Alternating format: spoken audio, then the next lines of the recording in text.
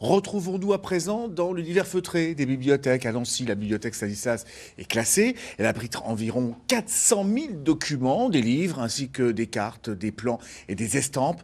Des trésors que nous font découvrir Malika Boudiba, Wilfried Redonnet et Maxime Larue.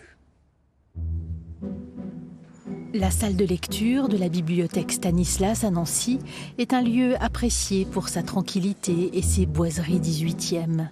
Ici, le temps s'écoule lentement. Habillés d'une couverture blanche, les ouvrages sont ainsi à l'abri de la lumière. 400 000 documents y sont protégés. Des livres, des cartes, des plans, des estampes ou encore des gravures. Je vais vous présenter une gravure de Jacques Callot, qui est peut-être un petit peu moins connue que d'autres œuvres, mais il s'agit de l'Enfer de Dante. Donc c'est une estampe qui est très impressionnante parce qu'elle est très grande. Et pour Jacques Callot, on a l'habitude d'avoir des estampes de plus petit format. C'est vraiment une œuvre qui est absolument incroyable parce que si on regarde en fait tous les détails des personnages, les damnés, les diables qu'on voit un petit peu partout sur la composition, c'est vraiment une œuvre qui est extrêmement riche en personnages. Et puis aussi, on voit la qualité du travail de Jacques Callot, puisque là, c'est une gravure au burin. Donc c'est un outil qui est extrêmement pointu et qui incise le métal. Et Jacques Callot est connu pour la gravure à l'eau forte, mais il a aussi gravé au burin.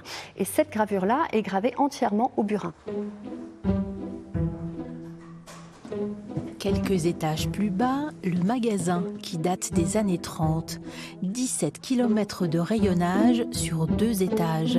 Des dizaines de trésors à l'abri des regards. Conservé dans la réserve précieuse, le manuscrit Desfours, du nom de son commanditaire Nicolas Desfours, un document du XVIe siècle. Ce qui est très intéressant pour nous, c'est que ce livre de piété, c'est en quelque sorte une sorte de signe extérieur de richesse qui montre comment il s'est enrichi, comment ce marchand peut s'offrir un livre dont la commande est relativement coûteuse, puisqu'il s'agit de copier plusieurs centaines de pages manuscrites avec des illustrations enluminées. Donc c'est un manuscrit riche.